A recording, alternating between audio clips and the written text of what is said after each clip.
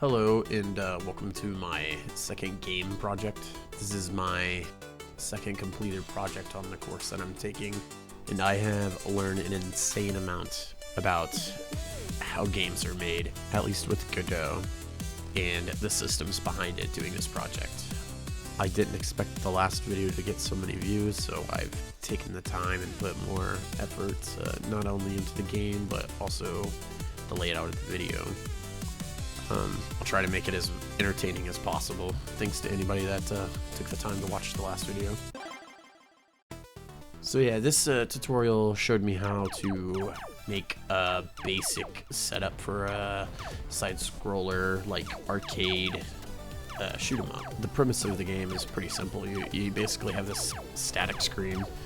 Enemies spawn on the right off screen, they move over to the left of the screen. There's a kill zone off to the left that you don't see that will despawn enemies, and you shoot bullets, enemy blows up. It's got a score system and a life system, and that's pretty much all that they teach you in the tutorial. Just for comparison, this is what it looks like when you've completed the tutorial. And just by using the skeletal structure of the tutorial game, I was able to expand the systems into mechanics that I would consider staples of this type of game. Congratulations, weapon unlocked. The first being a weapon unlock. All of the mechanics and unlocks are tied to the score. You very well could use anything, but since the tutorial laid out a score structure, I figured that was the best thing to use to try and create something of my own.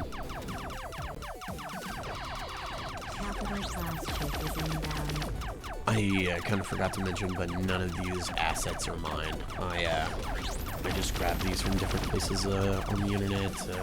The ship sprites are from itch.io, and the background is too. Most of the media was either made by AI or just free sound effects and visuals. But yeah, you could let the level go on forever if you want, but I figured after the boss, just crank up the spawn time, and yeah, game over.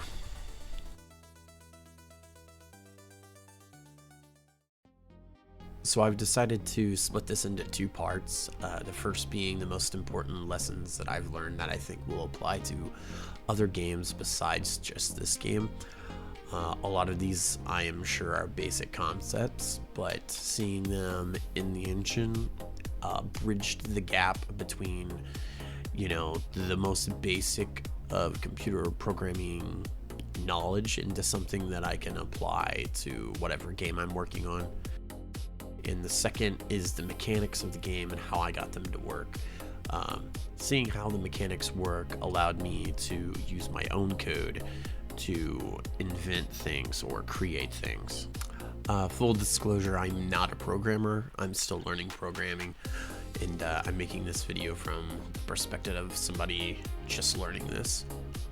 I could never find a bridge between complete beginner and intermediate, so that's basically why I'm making this video. If it can help somebody, I think that's a good thing. Before I can talk about the code, I will briefly explain these three concepts that I learned from this project.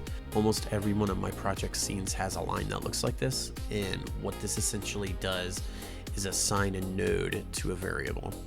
Now that you have a variable, you can use the node's methods or change the properties however you wish in the code. For example, this basically hits play on whatever audio that is in the node. And you can essentially put this anywhere in your code, and when the code executes, it will play. Another example of this is the flashing effect that the boss has as it's blowing up. Basically, the visibility is just getting turned off and on about 30 times. The second one is how to spawn in other scenes you're working on. This is also called packing a scene, and since the pack scene is now associated to a variable, we can instantiate it, add it as a child to the scene, which basically spawns it in and give it a position. There's a lot more nuance to this boss spawner function here, but all spawns basically follow the pattern of instantiate, add a child to the scene, and then set location. Signals took me a while to understand, but once I understood them, I realized you could trigger anything with anything. Signals can basically emit a signal down the hierarchy of a node structure, either by using the built-in signals that Godot has for whatever node you're using, or creating your own. This bit of code is how you create a custom signal and emit the custom signal. You can put this anywhere in the code, and when the code runs, it emits the signal. Ignoring the details and nuances of the project in this function is called every time the enemy dies. And it does a few things, but ignoring that, I basically created a condition that is tied to the score, and when the score reaches 5,000, the signal is emitted. Since the signal is connected to the HUD, signals are basically an event-based function that gets triggered, and in this signal I basically just enable part of the HUD that I had previously hidden. It is possible to also send a signal from one node to another, not just down the hierarchy. Here's an example of how I sent a signal from the HUD to the player, basically with the game having a line of code that listens for the signal. Here we're basically creating a custom signal called score hit. When the conditions are met, emit the score hit signal. The game script will basically listen for that signal, and when the signal is heard, essentially push it to the player, so the function on score hit will execute when the conditions are met inside the HUD node script. Basically a way to execute code when conditions are met in another script. So yeah, this second part, I really tried to come up with a good way to talking about the code, but frankly, this project, as simple as it is, it got really complicated really fast. This is basically a flowchart of all the different systems that are working here. These are the key conditions that basically somewhere in the code it checks a condition before an event takes place. Everything is tied to the score, and I'll show that on screen, but showing how all the systems work and how they're intertwined is just too much, at least for me to make. The game dev tutorial is 24 videos that are just under 4 hours long, so there's no way that I can fit all that into a meaningful YouTube video, but I will show any cool mechanics that I was able to pull off, or how the core concept of the game happens. Here's basically what all the conditions are based off in the code. When an enemy dies, this gets executed. I also use this same method to unlock a special attack using a boolean, just like that boss spawn boolean is there. But I did it elsewhere in the code just for learning purposes, to make sure I knew how to set up other signals elsewhere. This is the process function that automatically gets checked by the engine every frame. So I basically have it set up that when the score reaches 10,000, the boolean gets set to true. The process detects that it's true, and it spawns the boss, and then sets the boolean back to false, so you don't have a million bosses being spawned every second. So the next thing is the cooldown system and the special weapon. They're basically intertwined. I'll talk about the input first and how I got it to act in a certain way so you couldn't just spam it. That function that is called onScoreHit is actually a signal that is coming elsewhere. As I said earlier, it's a signal that's somewhere else in the code, just to make sure I knew how signals work. And when that signal is sent, it essentially changes the unlock special attack variable to true, which is false at the top of the script. So what's basically happening is when the score hits 10,000, that signal gets sent, the special unlock attack flips true, and you can see at the bottom there, I basically have it set to a condition, an if statement, that if the unlock special attack is true and the timer is stopped, the input condition can happen. It essentially unlocks the input. When the unlock special attack is true and nothing's being pressed, timers are active, both conditions are met. You press the input, the special attack happens, and then a timer starts, meaning the cooldown timer is no longer stopped. So the input itself is the cooldown. And it took me a long time to figure out that the timer has to be set to one shot in the properties, or else the timer just will never reset, at least for this input situation.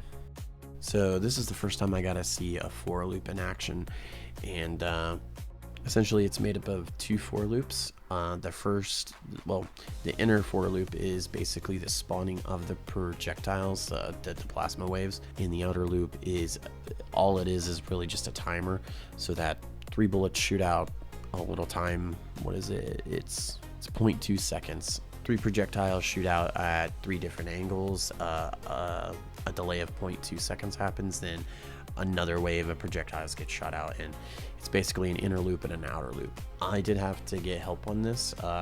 I still don't really know degrees to radians and how this really works, but essentially that bottom line there takes the angles of plasma variable created at the top and changes the plasma instance's direction using the vector to default location and that function degree to radians. I've heard a lot about tweens in other videos, so hopefully when I learn about tweens I can properly do animations and movement of things, but for right now I had to get help on that single line to shoot the projectiles the way that I want. The title screen was not like at all hard to make once I got the basics of how everything works. It's just some pictures thrown in here under a texture rect node and some sprite nodes and a button, and all I did with the button is just make a signal towards the main menu node that on button pressed it executes this code here, which basically replaces the entire scene with the game scene. So it's a very simple title screen menu. When the button's pressed, it just swaps out the entire scene. So the last thing I'll talk about is how I got the explosions to happen. But before I talk about that, I have to show you this function here. And this function is basically a signal anytime the rocket enters a 2D body area. And when it enters, it takes the area of what it enters and executes Q-free, which kills the entire scene of the rocket, and then also calls a function inside the area it entered. Basically meaning any area the rocket enters, it needs to have a die function or it will throw an error. This signal is on the rocket scene, so this is basically how the collisions work. The rocket detects what area it enters, and then it executes this function that needs to be in every enemy or boss or whatever other instance that the rocket can hit. So here's the die function that is on the boss when the rocket enters the boss collision. I set up a life system for the boss instead of just a Q-free, just kill the scene. At the top, there's a variable called enemy health that's set to 500. That way, basically every time the rocket hits the boss, it's losing 10 health every time this die function is called. And it has a for loop there, which basically is just triggering an animation over and over again in another scene inside a function. I'll show you what that basically means. But in that for loop, it's basically turning off the visibility of a sprite, playing an animation, turning it on, waiting, turning it off, playing, waiting, turning on, waiting, and that's basically how you get that flash effect that's on the boss.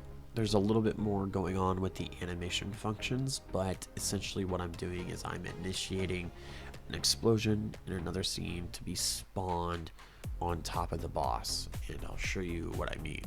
The tutorial shows you how to pick a random spawn point for your enemy scene, and I basically took that same idea and applied it to an explosion scene that I made.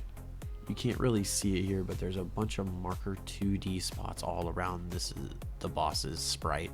If you look at the top left there, there's all those marker 2Ds are children of a 2D node called the explosion ray. And going to the code, we can randomly pick what's inside that explosion array. I won't explain this too much, but it's the same deal with any other scene you want to spawn into your main game scene. Preload, instantiate, add it as a child to something. In this case, it's the explosion array, and then pick a location, which the location is the boss. But yeah, I think that's everything that I have added to the project.